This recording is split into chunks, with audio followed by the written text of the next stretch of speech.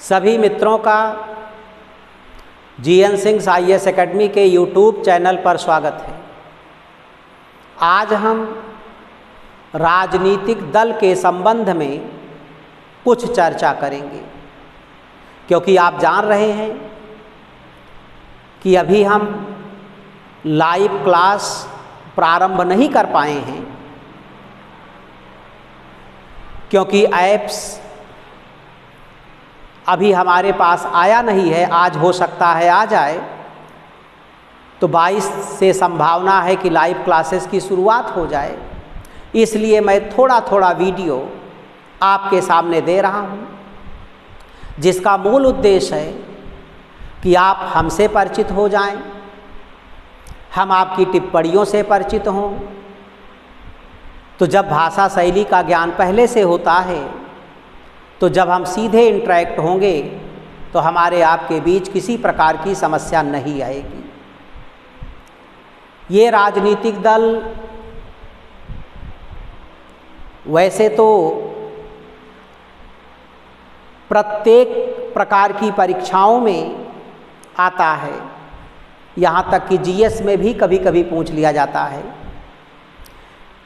लेकिन जब comparative politics में पॉलिटिकल पार्टीज़ एक चैप्टर ही होता है जो काफ़ी बड़ा है, जिसे 4-5 दिन पढ़ाया जाता है तो समाप्त होता है, तो यहाँ एक हल्का इंट्रोडक्शन हम आपके सामने दे रहे हैं। राजनीतिक दल सभी प्रकार की राजनीतिक व्यवस्था में पाए जाते हैं। जब हम सभी प्रकार की राजनीतिक व्यवस्था की बात कर रहे हैं, तो इसका मतलब है कि राजनीतिक व्यवस्था लोकतांत्रिक भी हो सकती है, साम्यवादी भी हो सकती है और फांसीवादी व्यवस्था भी हो सकती है। ये राजनीतिक व्यवस्था हैं। लोकतांत्रिक व्यवस्था, साम्यवादी व्यवस्था, फांसीवादी व्यवस्था। इसे अधिनायकवाद या सर्वाधिकारवाद के नाम से भी जाना जाता है।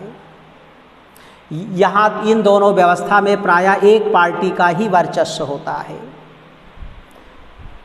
यहाँ चूँकि लोकतंत्र नहीं है, इसलिए चुनाव नहीं होता, इसलिए अधिक मात्रा में कोई राजनीतिक दल नहीं होते। परंतु लोकतांत्रिक व्यवस्था के लिए राजनीतिक दल अपरिहार्य हैं। यानी राजनीतिक दल के बिना लोकतंत्र का सफल संचालन संभव नहीं है। इसीलिए लोकतंत्र को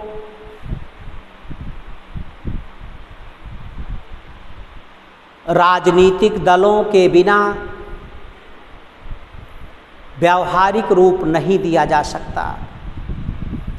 यहाँ तक कह दिया जाता है कि राजनीतिक दल लोकतंत्र की प्राणवायु हैं।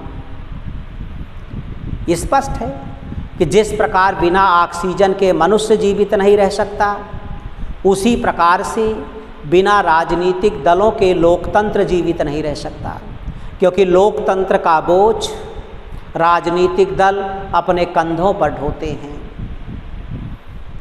इसीलिए हूबर ने एक स्टेटमेंट भी दिया। स्टेटमेंट उसके महत्व को व्यक्त करता है, स्टेटमेंट उसकी भावना को व्यक्त करता है। इसीलिए जब कोई कथन कहा जाता है तो उससे पता चलता है कि उसका क्या इम्पोर्टेंस है। हूबर ने कहा है कि राजनीतिक दल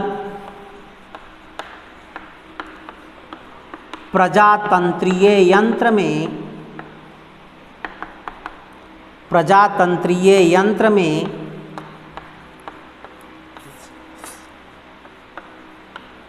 तेल के तुल्य हैं।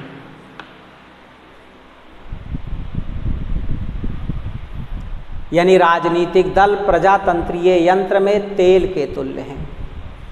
अर्थात जिस प्रकार बिना तेल के कोई यंत्र नहीं चल सकता, उसी प्रकार राजनीतिक दल के बिना प्रजातंत्र नहीं चल सकता।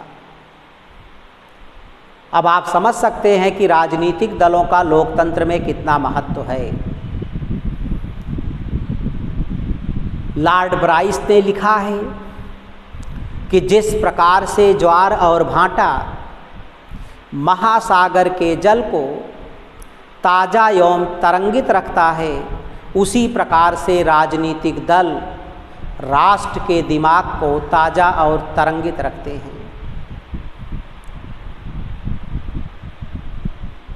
राजनीतिक दल का उदय सर्वप्रथम ब्रिटेन में हुआ और ऐसा माना जाता है कि शुरू में इसका नाम टोरी और हुइंग था। यही आगे चलकर अनुदारवादी दल, जिसे हम कंजर्वेटिव पार्टी के नाम से जानते हैं, और यही आगे चलकर उदारवादी दल बन गया, जिसे हम लिबरल पार्टी भी कहते हैं। आज भी इंग्लैंड में 2 राजनीतिक दल हैं। ऐसा माना जाता है कि जब किसी चीज़ की उत्पत्ति होती है तो 2 आधार पर होती है। एक व्यवस्था प्राकृतिक होती है, एक व्यवस्था कृत्रिम होती है। जब कोई व्यवस्था अपनी विचारधारा के आधार पर बनती है तो माना जाता है कि उसमें स्थायित्व होता है, लेकिन जब कोई विचारधारा के आधार पर ना बनकर एकाएक बन जाता है तो उसमें विचारधारा का अभाव होता है। ऐसा माना जाता है कि इंग्लैंड और फ्रांस में राजनीतिक दल मताधिकार की गोद में जन्म लिए। मताधिकार की गोद में जन्म लिए, इसका मतलब क्या है? इसका मतलब ये है कि जब इंग्लैंड की संसद, जिसका जन्म बहुत पहले हो चुका था, इसीलिए ब्रिटिश संसद को विश्व के समस्त संसदों की जननी कहा जाता है, वहाँ पर किसी मुद्दे पर बहस हुई। बहस के बाद जब मतदान हुआ तो कुछ लोगों ने एक पक्ष में मतदान किया, कुछ ने दूसरे पक्ष में मतदान किया, और जब वही बाहर निकल कर आए तो एक विचारधारा वाले एक दल बना लिए, दूसरे वाले दूसरा दल बना लिए, और 2 राजनीतिक दल का उदय हो गया। इसीलिए माना जाता है कि वहाँ राजनीतिक दलों का जो आधार है वो आइडियोलॉजी है, और जहाँ आइडियोलॉजी किसी चीज़ का आधार हो वहाँ टूटने फूटने की संभावनाएं ना के बराबर होती हैं। ऐसा माना जाता है कि संसदीय शासन प्रणाली अगर इंग्लैंड में सफलतापूर्वक कार्य कर रही है तो उसका मूल कारण 2 दलीय व्यवस्था है। लेकिन भारत जैसे देश में इस प्रकार के राजनीतिक दल नहीं बने। परिस्थितियों को ध्यान में रखते हुए समय समय पर विभिन्न लोग एकजुट होकर एक दल के रूप में बने। यही कारण है कि यहाँ पर स्थायित्व तो नहीं है और टूटने फूटने की संभावनाएं प्रबल रहती हैं। इसीलिए भारतीय राजनीतिक दलों में विचारधारा का अभाव पाया जाता है। यही कारण है कि आप देखते हैं कि लोग एक दल से दूसरे दल में चले जाते हैं। वही नेता कभी किसी के लिए भ्रष्टाचारी होते हैं तो कभी दूसरे के लिए वही पवित्र हो जाते हैं, और समय और परिस्थितियों के अनुसार उन नेताओं के दृष्टिकोण में परिवर्तन हो जाता है। राजनीतिक दल की सर्वश्रेष्ठ परिभाषा देने का श्रेय इंग्लैंड के प्रसिद्ध अनुदारवादी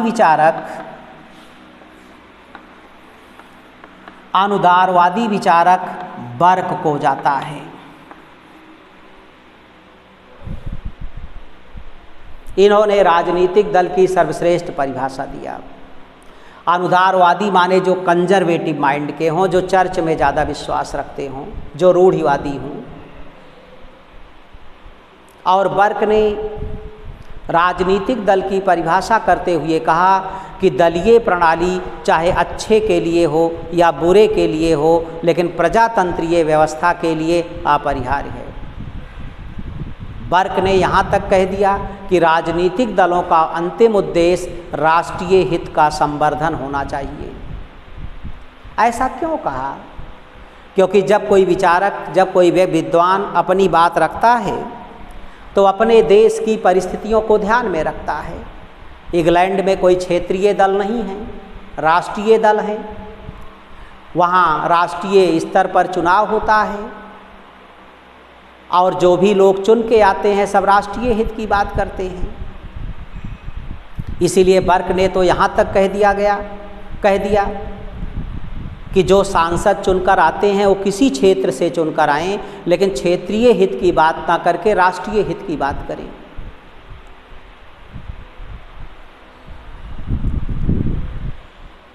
अब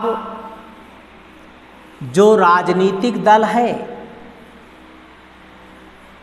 उस राजनीतिक दल के बनने के प्रमुख तत्व क्या हैं?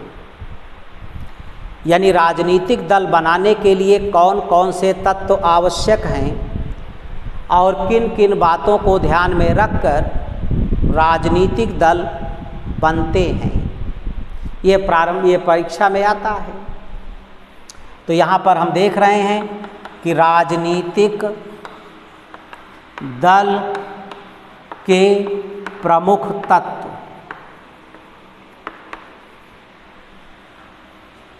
पहला तत्व है औपचारिक संगठन।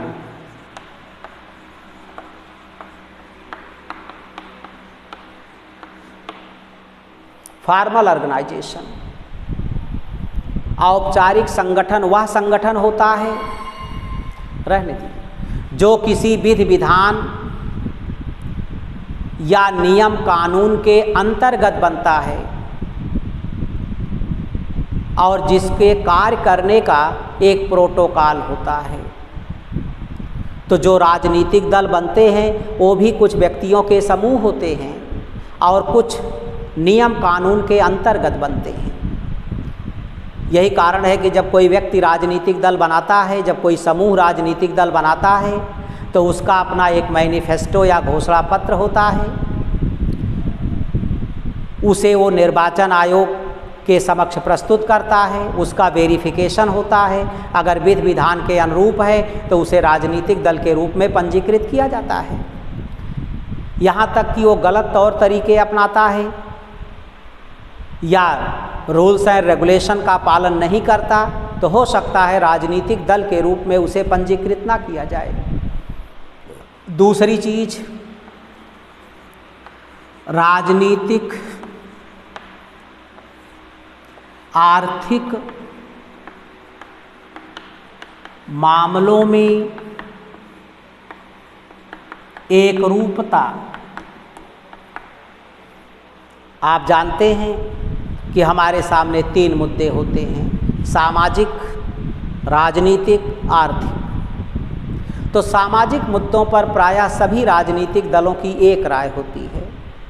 सभी राजनीतिक दल मानते हैं कि जाति, धर्म, भाषा समाप्त होना चाहिए। सभी गरीबों के हित की बात करते हैं। सभी समाज के दबे कुचले, पीड़ित, शोषित, उत्पीड़ित व्यक्तियों के उत्थान की बात करते हैं। कोई अमीरों के हित की बात नहीं करता।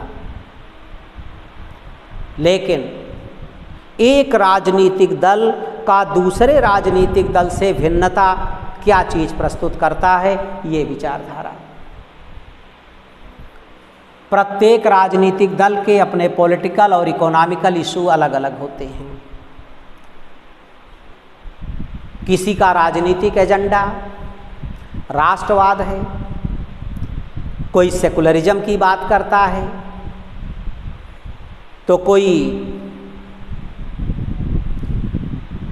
सर्वधर्म समभाव की बात करता है। सभी के राजनीतिक एजेंडे अलग अलग हैं और सभी के आर्थिक एजेंडे अलग अलग हैं। कोई निजीकरण की बात करता है तो कोई राष्ट्रीयकरण की बात करता है, कोई एफडीआई को ज़्यादा लाने में विश्वास करता है तो कोई न्यूनतम एफडीआई में विश्वास करता है, कोई स्वदेशी की बात करता है तो कोई 100% प्राइवेटाइजेशन की बात करता है। यही जो मुद्दे हैं वही एक राजनीतिक दल को दूसरे से अलग करते हैं। और तीसरा है संवैधानिक साधनों में विश्वास।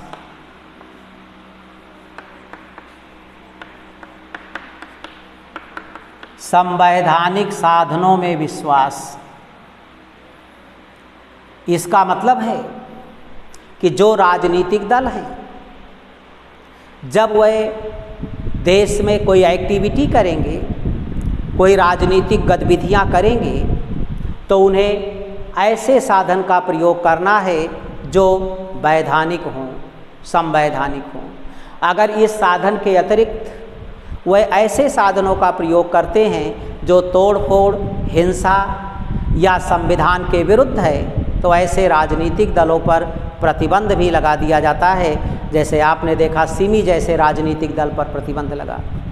यहाँ तक कि चुनाव के दौरान भी यदि कोई राजनीतिक दल ऐसी बात करते हैं जो भारत के संविधान और विधान तथा आचार संहिता के विरुद्ध है, तो ऐसे राजनीतिक दलों के विरुद्ध भी कार्यवाही होती है और कभी कभी तो मान्यताएं तक छीनी जा सकती हैं। चौथी चीज़ सत्ता प्राप्ति की इच्छा है। राजनीति में कोई सन्यासी नहीं होता, यहाँ तक कि सन्यासी भी महत्वाकांक्षी हो जाता है। आप देख रहे हैं कि उत्तर प्रदेश में सन्यासी का ही शासन है। मोदी भी एक सन्यासी के ही रूप थे। क्यों? इसका कारण है कि अगर कोई कार्य आप करते हैं और आप उसको प्राप्त करने की इच्छा शक्ति नहीं रखते, तो कभी आपको प्राप्ति नहीं हो सकता। अगर हम पढ़ा रहे हैं तो हमें ये इच्छा शक्ति है कि हमें अधिक से अधिक धन मिले। आप पढ़ रहे हैं तो आपके अंदर भी इच्छा शक्ति होनी चाहिए कि हमें बेहतर से बेहतर पढ़ाई मिले। आप कंपटीशन कर रहे हैं तो आपके अंदर भी इच्छा शक्ति होनी चाहिए कि हम अधिक बड़े से बड़े पद को प्राप्त करें। इसीलिए जब कोई कहता है कि मुझे सत्ता की लालच नहीं है, तो शायद वो राजनीतिक दल के मूल तत्व के विरुद्ध बातें करता है, क्योंकि सत्ता प्राप्ति की इच्छा राजनीतिक दल का एक चरित्र है, एक कैरेक्टर है, एक एलिमेंट है। और पांचवी चीज है राष्ट्रीय हित का संवर्धन, कि सब नेशनल इंटरेस्ट के बारे में सोचें। इसी आधार पर राजनीतिक दल की परिभाषा भी बनती है। इसी आधार पे बना सकते हैं कि राजनीतिक दल ऐसे व्यक्तियों से मिलकर बना एक औपचारिक संगठन होता है जो प्रायः राजनीतिक व आर्थिक मामलों में एक राय रखता है और संवैधानिक साधनों में विश्वास करते हुए सत्ता प्राप्ति की इच्छा रखता है और जिसका अंतिम उद्देश्य राष्ट्रीय हित का संवर्धन है। इसी के आधार पर परिभाषा बन गई। कभी कभी पहले पीसीएस वगैरह की परीक्षा होती थी तो उसके प्रारंभिक परीक्षा में भी पूछा जा चुका है, कई बार यूजीसी में भी पूछा जाता है कि राजनीतिक दल का तत्व कौन सा नहीं है, तो उसमें कभी कभी वित्त और कैडर विकल्प आता है। तो आप सदैव समझिए ये राजनीतिक दल का तत्व नहीं है, क्योंकि ये सही है बिना पैसे के कुछ नहीं होता, लेकिन बिना पैसे के भी राजनीतिक दल बनाया जा सकता है। वित्त उसका नेसेसरी पार्ट नहीं है, लेकिन कैडर नेसेसरी पार्ट है, क्योंकि तमाम राजनीतिक दल ऐसे हैं जो कैडर आधारित हैं। भाजपा को भी कुछ कैडर आधारित माना जाता है। और आप देखते हैं कि साम्यवादी व्यवस्था व फांसीवादी व्यवस्था में तो संवर्ग या कैडर आधारित राजनीतिक दल ही बनते हैं। तो यह राजनीतिक दल का एक तत्व है।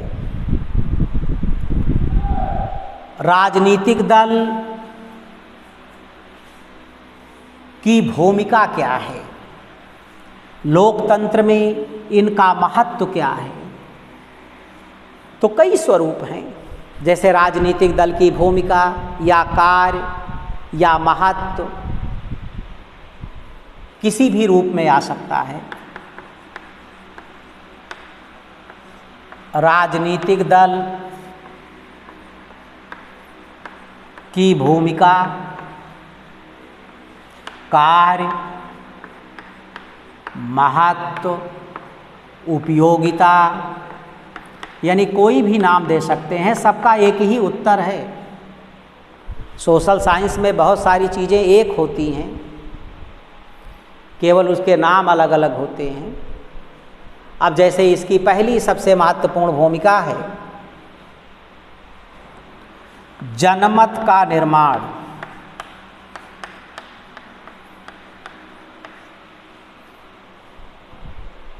Making of public opinion. इसीलिए माना जाता है कि राजनीतिक दल का प्रारंभिक उद्देश्य जनमत का निर्माण है और अंतिम उद्देश्य सत्ता की प्राप्ति है।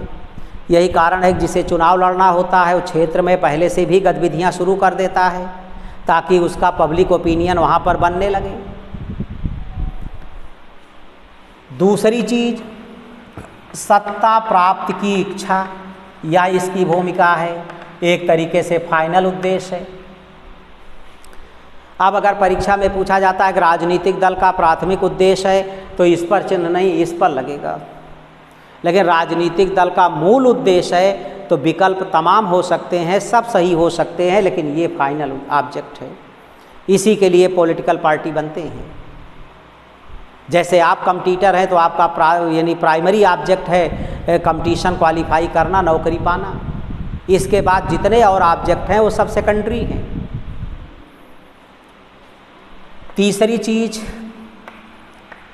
कानून का निर्माण करना। आप जानते हैं कि कानून का निर्माण संसद करती है और संसद में राजनीतिक दल के सदस्य चुनकर जाते हैं और वही कानून बनाते हैं।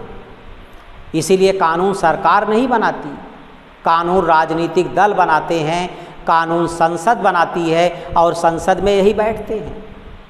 तो कानून निर्माण में भी इनकी महत्वपूर्ण भूमिका होती है, क्योंकि लोकतंत्र में माना जाता है कि जनता के द्वारा चुने हुए प्रतिनिधि हैं। अब अगर ये अपनी सहमति व्यक्त कर देंगे तो समझिए कि जनता ने अपनी सहमति दे दिया, क्योंकि लोकतंत्र का मूल अभिप्राय ही है कि जनता की सहमति से जनता पर शासन करना।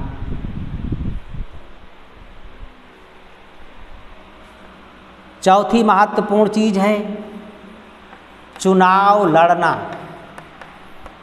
आप जानते हैं कि राजनीतिक दल चुनाव लड़ते हैं और चुनाव जीतकर ही सत्ता प्राप्त करते हैं। तो चुनाव लड़ना भी इनकी एक भूमिका है, इनका एक कार्य है, इनका महत्व है। अगर राजनीतिक दल नहीं होंगे तो लोकतंत्र में कौन चुनाव लड़ेगा। पांचवी चीज है जनता को राजनीतिक प्रशिक्षण देना। जनता को राजनीतिक प्रशिक्षण देना एक तरीके से साल भर जो पॉलिटिकल एक्टिविटी देश के अंदर बनी रहती है उसके मूल कारण पॉलिटिकल पार्टीज़ हैं। समय समय पर जगह जगह पर रैलियां करते हैं, प्रदर्शन करते हैं, जनता के बीच जाते हैं, आंदोलन करते हैं, धरना प्रदर्शन करते हैं और जनता को राजनीतिक रूप से एक्टिवेट करते हैं। छठवीं चीज़ है सरकार की नीतियों को जनता तक पहुंचाना, यानी जनता तक पहुंचाने का कार्य करते हैं। और सातवीं चीज़ है जनता की मांग को सरकार तक ले जाना। तो एक प्रकार से देखा जाए कि लोकतंत्र में ये सारे कार्य कहीं ना कहीं राजनीतिक दल के द्वारा ही किए जाते हैं। इसीलिए आप कह सकते हैं कि जनता और सरकार के बीच जो राजनीतिक दल हैं वह पुल के रूप में कार्य करते हैं, यानी राजनीतिक दल पुल के रूप में कार्य करते हैं। इस प्रकार हमने ये बताने का प्रयास किया कि लोकतंत्र में राजनीतिक दल का कितना महत्व है, लोकतंत्र में राजनीतिक दल बनाने के क्या तत्व होते हैं और लोकतंत्र में राजनीतिक दलों की क्या भूमिका या कार्य होता है। इसी के साथ आज की बात हम समाप्त करते हैं। धन्यवाद।